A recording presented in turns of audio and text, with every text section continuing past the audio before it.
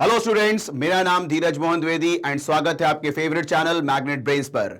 Magnet brains वो channel जहां पर आपको मिलता है बिल्कुल quality content bye expert and experience teachers. ठीक है, इस चैनल में आप लोग को सभी बुक्स के फ्री ऑनलाइन सॉल्यूशन मिलते हैं, चाहे वो आपका एनसीईआरटी हो या एनसीईआरटी एग्जाम्पलर हो या किसी भी फेमस ऑथर की आप बुक ले लो, सभी का आपको बिल्कुल फ्री ऑनलाइन वीडियोस देखने को मिलेंगे यहां पर। ठीक है, चलें तो आज अपन शुरू करेंगे आपके 12th फिजिक्स का वेव ऑप्टिक्स में एग्जाम्पलर क्वेश्चन, और उसमें आज हम देखने वाले हैं शॉर्ट आंसर क्वेश्चन। पिछले वीडियो में हमने देखा था आपका वेरी शॉर्ट आंसर क्वेश्चन, आज देखेंगे शॉर्ट आंसर क्वेश्चन। तो शुरू करें, चलें, ध्यान देना आप लोग यहां पर। क्वेश्चन नंबर 16, 15 तक था आपका वेरी शॉर्ट। ठीक है, देखते हैं 16th क्वेश्चन में क्या बोलता है, सुनना ध्यान से आप लोग यहां पर।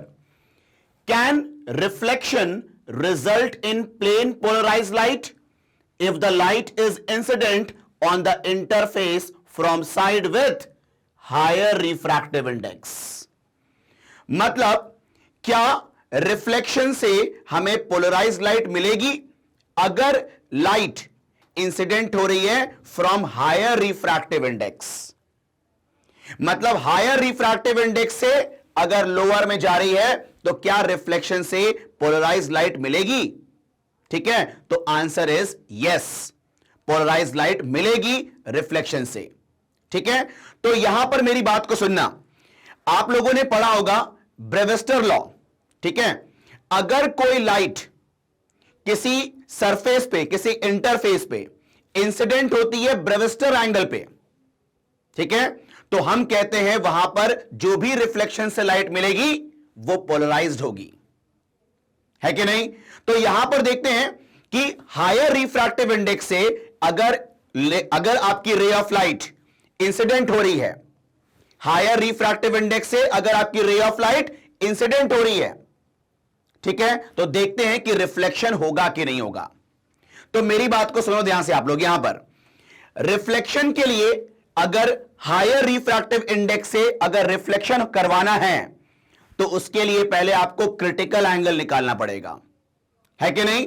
और अगर आपका एंगल ऑफ इंसिडेंस उस क्रिटिकल एंगल से ज्यादा हुआ तो वहां पर रिफ्लेक्शन होगा। Is it clear? ठीक है, तो मेरी बात को सुनना ध्यान से आप लोग। यहां पर मैं आंसर लिखता हूं, इसका आंसर तो है वैसे yes, yes reflection result plane polarised light, plane polarised light. ठीक है, अब मेरी बात को सुनना ध्यान से। यहां पर हम क्या करने वाले हैं, पहले हम निकालेंगे यहां पर क्रिटिकल एंगल। ठीक है, उसके बाद हम देखेंगे कि जो मेरा ब्रेविस्टर एंगल है जिसमें जो रिफ्लेक्टेड लाइट होती है वो पोलराइज्ड होती है। ठीक है, तो मैंने क्या बोला आपसे, पहले मैं निकालूंगा क्रिटिकल एंगल। ठीक है, फिर मैं निकालूंगा यहां पर, देखूंगा कि जो ब्रेविस्टर एंगल है, ठीक है, वो क्रिटिकल एंगल से ज्यादा है कि नहीं है। Is it clear?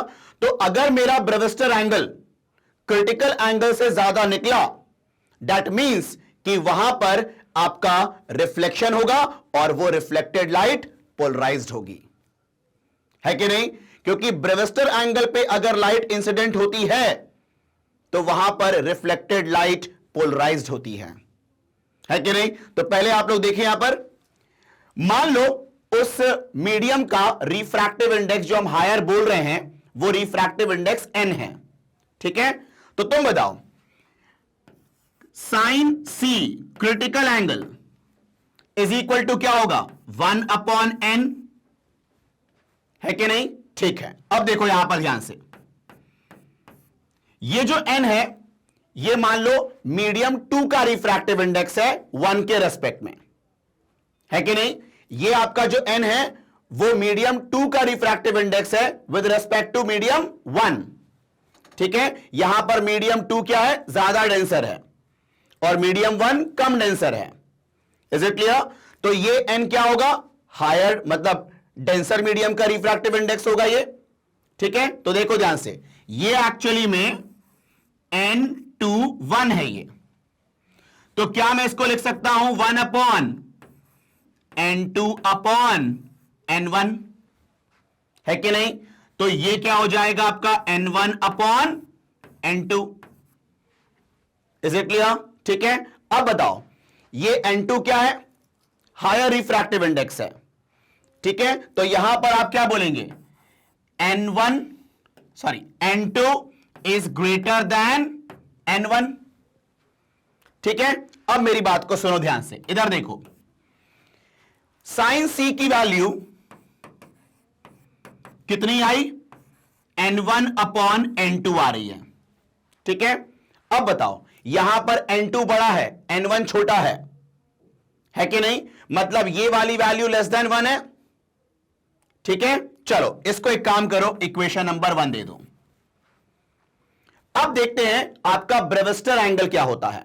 तो आप लोगों ने ब्रेविस्टर लॉ से एक फॉर्मूला पढ़ा होगा, that is tan of IP, ये आपका ब्रेविस्टर एंगल ऑफ इंसिडेंस है, is equal to refractive index, ठीक है, ऑफ डेंसर मीडियम। मतलब ये भी आपका n21 है, मतलब इसको लिख सकते हैं आप n2 अपॉन n1, है कि नहीं।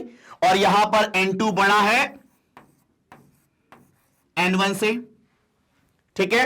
अब आप देखो ध्यान से, इसको दो इक्वेशन नंबर 2, साफ समझ में आ रहा है कि ये वाली वैल्यू 1 से छोटी है और साइन की वैल्यू 1 से छोटी होती भी है, ठीक है। ये देखो ये वाली वैल्यू 1 से छोटी है, लेकिन ये वाली जो वैल्यू है 1 से बड़ी है, क्यों, क्योंकि यहां पर n2 ज्यादा है, n1 कम है, तो ये वाली वैल्यू 1 से ज्यादा होगी, मतलब ये वाली वैल्यू भी 1 से ज्यादा होगी। तो आप बताओ 1 और 2 को जब तुम कंपेयर करोगे तो आपको दिख रहा है ना कि tan IP is greater than sin C, है कि नहीं। तो यहां पर हम बोल सकते हैं, इधर देखो, from 1 and 2 it is concluded that tan of IP is greater than sin C, ठीक है। तो tan IP की वैल्यू sin C से बड़ी होगी, इसका मतलब IP की वैल्यू भी C से बड़ी होगी। तो IP की वैल्यू क्रिटिकल एंगल से ज्यादा है, और क्रिटिकल एंगल से ज्यादा होता है तो रिफ्लेक्शन होता है ना, ठीक है। और वो एंगल ब्रेविस्टर एंगल भी है, तो ऑब्वियस ही बात है जो लाइट रिफ्लेक्ट होगी वो पोलराइज्ड होगी, है कि नहीं। तो यहां पर आप बोलेंगे देयरफॉर रिफ्लेक्शन कॉज पोलराइजेशन,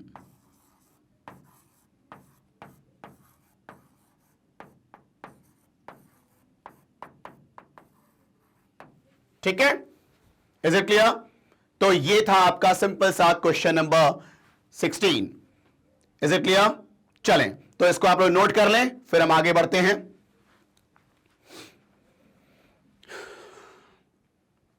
चलें अब देखते हैं हम लोग नेक्स्ट क्वेश्चन, क्वेश्चन नंबर 17, ठीक है। बिल्कुल ध्यान से आप लोग सवाल को पहले देखना। देखो, for the same objective find the ratio of least separation between 2 points to be distinguished by microscope for light of 5000 angstrom and electrons accelerated through 100 volt used as the illuminating substance। थोड़ा पहले question को समझते हैं, ठीक है।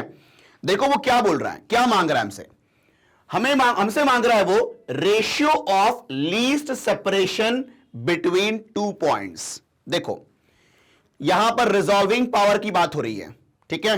तो मेरी बात को सुनना ध्यान से, एक माइक्रोस्कोप है, उस माइक्रोस्कोप से, ठीक है, मुझे कोई 2 पॉइंट को एक जस्ट रिजॉल्व देखनी है, ठीक है। एक माइक्रोस्कोप से मुझे कोई 2 पॉइंट को जस्ट रिजॉल्व करके देखनी है, मतलब दो क्लोज ऑब्जेक्ट को डिस्टिंक्ट इमेज के फॉर्म में देखना है अपन को, ठीक है।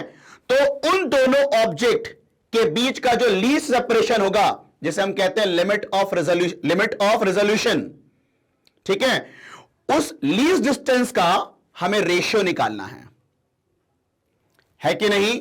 मेरी बात को सुनना ध्यान से। यहां पर उसने क्या बोला, जो दो पॉइंट है उनके बीच में जो मिनिमम डिस्टेंस होगा, ठीक है, उसका रेशियो निकालना है हमें। दो केसेस में जो लीस्ट डिस्टेंस होगा उसका रेशियो निकालना है हमें, ठीक है। इसके लिए आपको टॉपिक जो मैंने आपको क्विक रिवीजन में दिया हुआ है, ठीक है, resolving power of microscope and telescope, उसको पढ़ना होगा।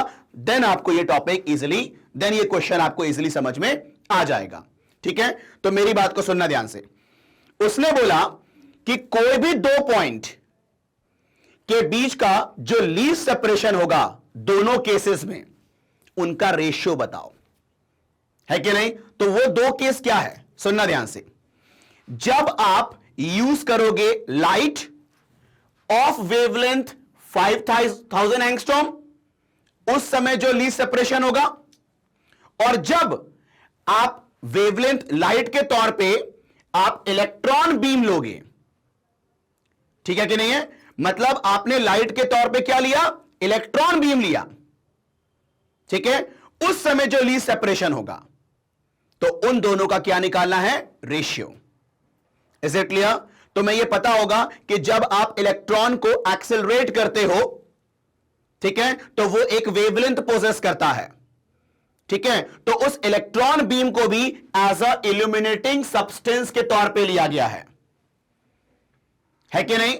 मतलब एक तो हमने लाइट लिया जिसका वेवलेंथ है 5000 एंगस्ट्रॉम, और एक मैंने लिया एक इल्यूमिनेटिंग सब्सटेंस के तौर पे इलेक्ट्रॉन बीम को, जिसको एक्सेलरेट किया गया है 100 वोल्ट के हेल्प से। तो दोनों की मदद से मुझे रिजॉल्व्ड ऑब्जेक्ट्स देखने हैं, है कि नहीं। तो दोनों की मदद से जब तुम रिजॉल्व्ड ऑब्जेक्ट देखोगे तो उनका जो लीस्ट सेपरेशन होगा, मुझे उसका रेशियो निकालना है कि नहीं, ठीक है। तो ध्यान देना आप लोग, यहां पर इधर देखना।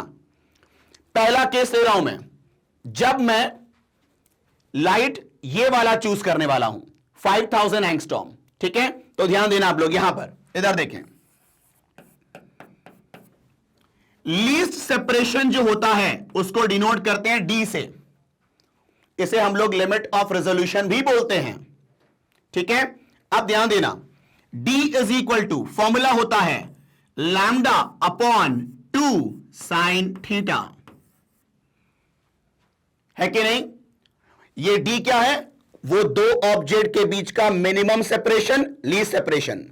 ये लैम्डा क्या है, जिस लाइट का इस्तेमाल किया है तुमने, ठीक है, टू सी दिस ऑब्जेक्ट, है कि नहीं, ओके।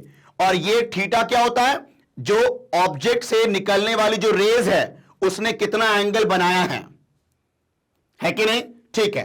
तो यहां पर देखो ध्यान से, पहला केस जो है उसमें आपने कौन सा लाइट यूज किया है, 5000 एंगस्ट्रॉम वेवलेंथ वाला, ठीक है। तो उस केस में आपका डी क्या होगा, देखो केस वन यहां पर D1 मान लो उसको, ये lambda 1 upon 2 sine theta, this is equation number 1। यहां पर लैम्डा 1 की वैल्यू क्या लेंगे हम लोग, 5000 एंगस्ट्रॉम लेंगे। इज इट क्लियर, ठीक है।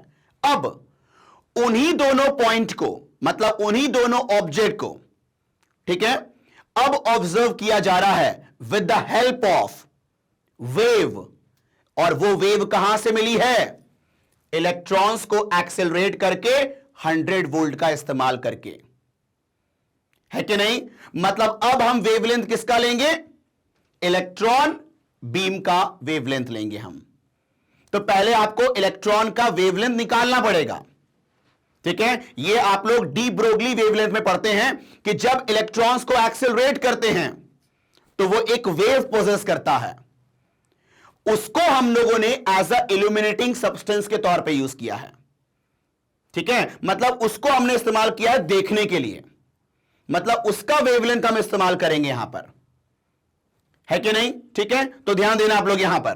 तो मैं पहले निकालता हूं वेवलेंथ ऑफ इलेक्ट्रॉन्स पहले, ठीक है। देखो यहां पर λ2 मतलब इलेक्ट्रॉन बीम का wavelength is equal to, formula होता है 12.27 एंगस्ट्रॉम अपॉन रूट वी।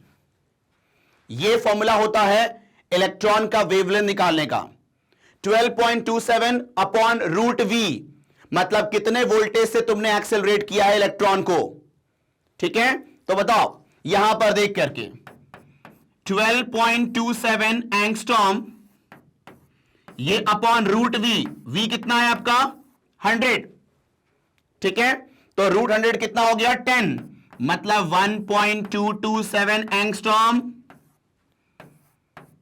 ये होगा आपका λ2। मतलब इस वेवलेंथ का इस्तेमाल किया गया है उन दोनों पॉइंट को डिस्टिंक्टली देखने में, है कि नहीं? ठीक है, तो यहां पर मेरी बात को सुने ध्यान से। अब मैं निकालने वाला हूं D2, मतलब जब इस वेवलेंथ का इस्तेमाल करेंगे तो उस समय लीस्ट सेपरेशन कितना होगा दो पॉइंट के बीच में, ठीक है, मतलब लिमिट ऑफ रेजोल्यूशन कितना होगा, तो उसे मैंने मान लिया D2। तो आप बताओ यहां पर क्या लिखेंगे हम लोग, D2 इज इक्वल टू आपका λ2 अपॉन 2 sin थीटा।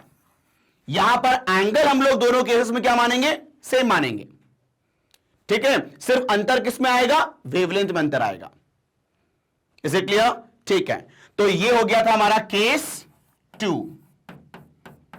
नाउ अब अपन को क्या निकालना है, इन दोनों का रेशियो निकालना है, ठीक है। इसको दे दिया मैंने इक्वेशन नंबर 2, है कि नहीं। अब मैं डिवाइड कर रहा हूं 1 और 2 को, ठीक है। तो देखें आप लोग ध्यान से, यहां देख लें 1 डिवाइडेड बाय 2, तो D1 upon D2 is equal to, जब आप दोनों को डिवाइड करेंगे तो 2 sin थीटा कैंसिल हो जाएगा, λ1 अपॉन λ2। अब λ1 भी एंगस्ट्रॉम में है और λ2 भी एंगस्ट्रॉम में है कि नहीं। तो यहां पर कन्वर्ट करने की जरूरत नहीं मीटर में, तो आप बताओ कितना होगा, 5000 अपॉन आपका 1.227, है कि नहीं।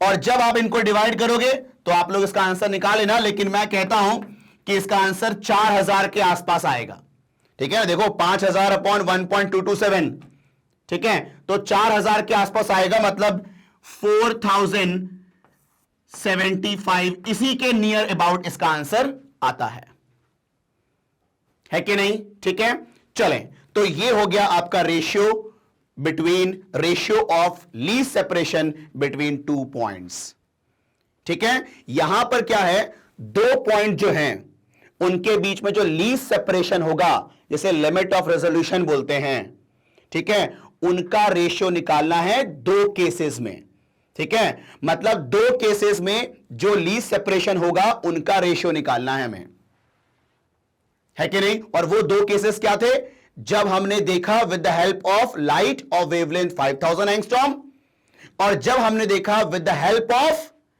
Illuminating substance of electron beam which is accelerated by 100 volt, है कि नहीं। तो दोनों वेवलेंथ के इस्तेमाल से जब हम देखेंगे और उस दोनों पॉइंट को, तो उन केस में जो आपका लीस्ट सेपरेशन होगा उसका रेशियो निकाला गया, ठीक है।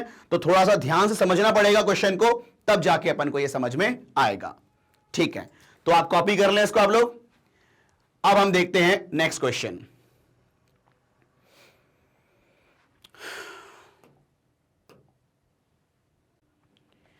चलें, अब देखते हैं अपन क्वेश्चन नंबर 18 क्या बोलता है इसके अंदर, ठीक है। पहले सवाल को समझना ध्यान से।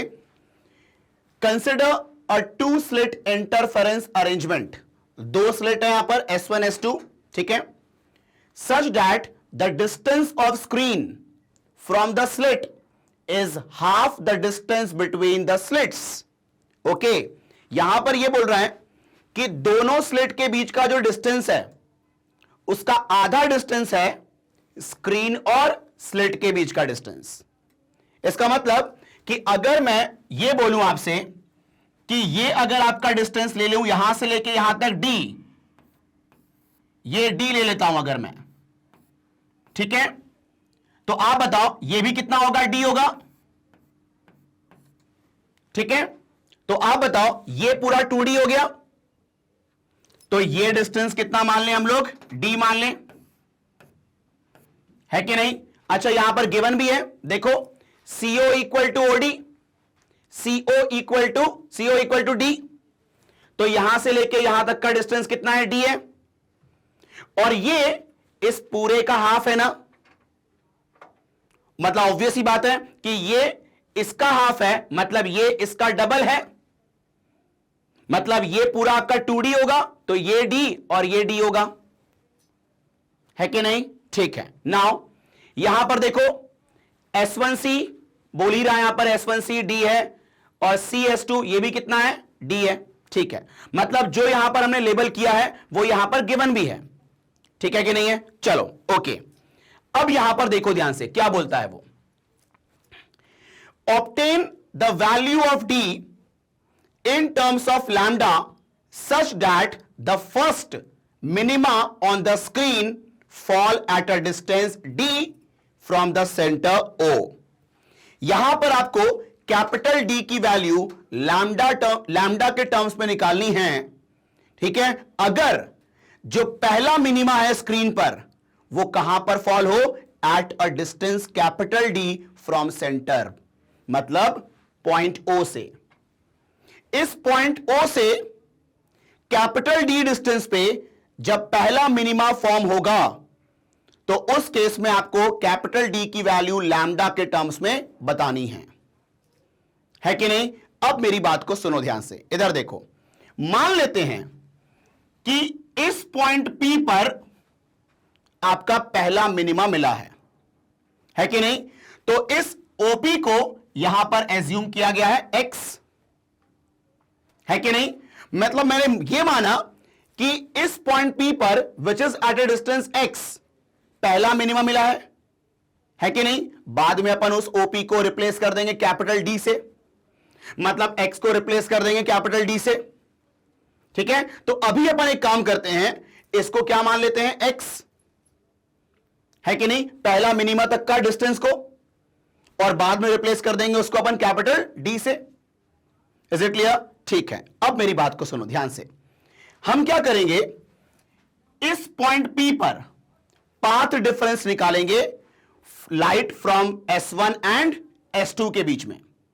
मतलब इस पॉइंट P पर जो लाइट यहां से आ रही है, जो लाइट यहां से आ रही है, दोनों में पाथ डिफरेंस कितना होगा पहले वो कैलकुलेट करते हैं, है कि नहीं। फिर जो पाथ डिफरेंस निकालेंगे उसको मैं इक्वेट करूंगा path difference for first minima. मतलब पहला मिनिमा के लिए पाथ डिफरेंस कितना होना चाहिए उससे मैं रिलेट करूंगा, मैं मतलब उसको इक्वेट करूंगा मैं, और पहला मिनिमा का पाथ डिफरेंस कितना होना चाहिए, आपका लैम्डा बाय 2 होना चाहिए। यह आप लोगों ने पढ़ा होगा YDSC में, ठीक है, कि फर्स्ट मिनिमा मतलब जो पहला डार्क फ्रिंज है वो किस पोजीशन पे बनती है, उसके लिए पाथ डिफरेंस कितना होना चाहिए, लैम्डा बाय 2 होना चाहिए, ठीक है। तो हम अपना पाथ डिफरेंस निकालेंगे और फिर उसको इक्वेट करेंगे लैम्डा बाय 2 से। तो चलो पहले निकालते हैं पाथ डिफरेंस। यहां पर देखो ध्यान से, बोलो यहां से लाइट जाएगी ऐसे, यहां से लाइट जाएगी ऐसे, इसको थोड़ा और स्ट्रेट बना दूं मैं, ठीक है, ये और ये, ठीक है। मतलब यहां पर देखें path difference is equal to S2P minus S1P, ठीक है। यह होगा पाथ डिफरेंस, इन दोनों लाइट वेव के बीच का पाथ डिफरेंस, दोनों के लेंथ का डिफरेंस होगा, ठीक है। अब देखो ध्यान से, S2P उसके लिए पाइथागोरस थ्योरम का यूज करेंगे हम लोग। देखो ध्यान से, ये आपका है, ये आपका हाइपोटेन्यूस है, ये परपेंडिकुलर, ये बेस। तो आप बताओ S2P को क्या लिख सकते हैं, डी स्क्वायर प्लस ये लेंथ कितना होगा, देखो ये वाला लेंथ कितना होगा, कैपिटल डी। देखो ये कैपिटल डी है तो ये भी कैपिटल डी होगा, और ये x होगा, मतलब T2 से लेके P तक d प्लस एक्स होगा ना, और ये कितना है, d है। तो आप बताओ S2P क्या होगा, D square plus d plus X का होल स्क्वायर का अंडर रूट ना। This is S2P by Pythagoras theorem. Now S1P मतलब ये वाला हाइपोटेन्यूस, ये 90 डिग्री है। तो आप बताओ ये भी आपका d होगा ना। ये बताओ ये T1P क्या होगा, ये आपका d है और ये आपका x है, तो ये T1P क्या होगा, d माइनस एक्स, है कि नहीं। तो अब बताओ यहां पर क्या लिखेंगे, D square plus d minus X का होल स्क्वायर का अंडर रूट ना, है कि नहीं। ठीक है, तो ये हो गया S2P, ये हो गया S1P, दोनों का डिफरेंस हो गया पाथ डिफरेंस। अब मैं क्या करूंगा, इस पार्ट डिफरेंस को इक्वेट करूंगा मैं फर्स्ट मिनिमा के लिए जो पार्ट डिफरेंस होता है उससे, दैट इज लैम्डा बाय 2। ठीक है, चलो इक्वेट करते हैं अपन। यहां ध्यान दो, since for first minima path difference कितना होना चाहिए, शुड बी लैम्डा बाय 2, है कि नहीं। तो हम यहां पर क्या करने वाले हैं, इसको इक्वेट करने वाले हैं लैम्डा बाय 2 से। ठीक है, तो आप लोग देखिए जरा नेक्स्ट पेज में, देखें क्या था अपना, under root of D square plus D plus X का whole square minus under root of D square plus D minus X का होल स्क्वायर। इसको मैं रिलेट करूंगा, मतलब इक्वेट करूंगा किससे, लैम्डा बाय 2 से, है कि नहीं। अब मेरी बात को सुनो ध्यान से, यहां पर जो मैंने x लिया हुआ है, ये x क्या था, उस पॉइंट P से दूरी O तक की ना, या ये बोले कि पॉइंट P की दूरी थी O से x। ठीक है, लेकिन क्वेश्चन में क्या बोला गया है, जरा देखो यहां पर, यहां देखो, so that the first minima on the screen fall at a distance capital D from the center O। मतलब जो पहला मिनिमा है उसकी दूरी सेंटर से कितनी होनी चाहिए, कैपिटल D, और अभी क्या माना हुआ है मैंने, x माना हुआ है। ठीक है, तो हम क्या करेंगे, x को कैपिटल D रिप्लेस करेंगे ना हम लोग। ठीक है, तो यहां देखो ध्यान से, तो यहां पर मैं x को कैपिटल D से रिप्लेस कर रहा हूं, x equal to capital D। ठीक है, अब ध्यान देना आप लोग, यहां पर जैसे ही आप x को कैपिटल D से रिप्लेस करेंगे, ये वाला टर्म 0।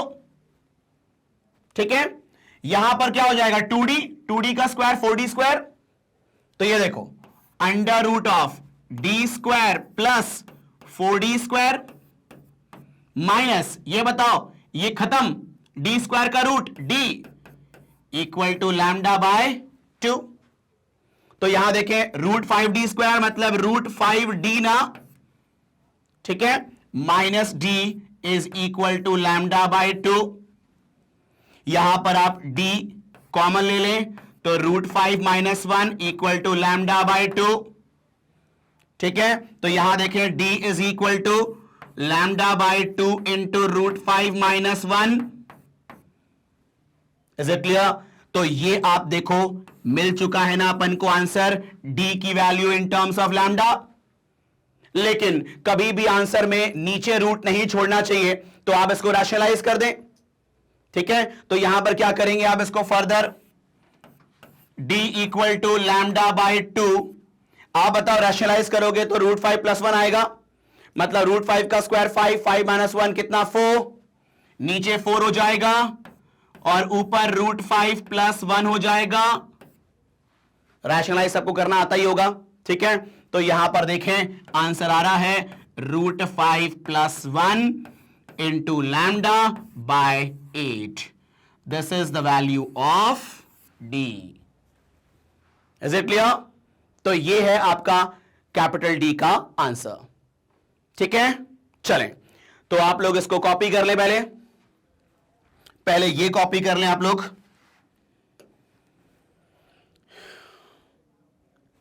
फिर ये कॉपी करें.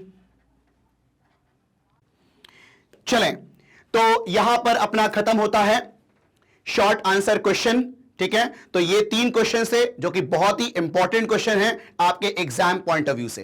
Is it clear? ठीक है, एंड मैं बस आपको इंफॉर्म करना चाहता हूं कि मैग्नेट ब्रेन्स में आपको जो भी टॉपिक्स पढ़ने हो, ठीक है, किसी भी सब्जेक्ट की बात कर लें, किसी भी चैप्टर की बात कर लें, किसी भी टॉपिक की बात करें, बस आपको करना क्या है कि चैनल पे जाना है और वहां पर आपको जो सब्जेक्ट पढ़ना है वो आपको ऐसे सर्च करना होगा. ठीक है, फिर उसके बाद आप वहां पर सब्जेक्ट डालें अपना, फिर चैप्टर डालें, फिर जैसे ही आप लोग जो टॉपिक्स पढ़ना हो उस पर क्लिक करें और उसके बाद आपको ऐसा वीडियो देखने को मिल जाएगा. ठीक है, तो सो सिंपल है यहां पर. ओके, एंड एक और चीज है जो मैग्नेट ब्रेन्स ने बहुत ही अच्छा इनिशिएटिव लिया है फॉर हिंदी मीडियम स्टूडेंट्स. ठीक है, मतलब जो भी आपके फ्रेंड्स हो जिनका मीडियम हिंदी है तो उनको इस चैनल के बारे में बताएं. यहां पर सभी सब्जेक्ट्स के आपके फ्री वीडियोस मिलेंगे हिंदी मीडियम में. ठीक है, तो जितना जल्दी से मतलब जितना ज्यादा हो सके अपने दोस्तों को बताएं इसके बारे में. एंड बस मैं लास्ट में यही कहूंगा आपसे कि अगर आपको यह वीडियो पसंद आया हो तो आप इसको लाइक करें, एंड अगर आप चैनल में नए हो तो जल्दी से सब्सक्राइब करें एंड अपने दोस्तों के साथ शेयर करें. Thank you.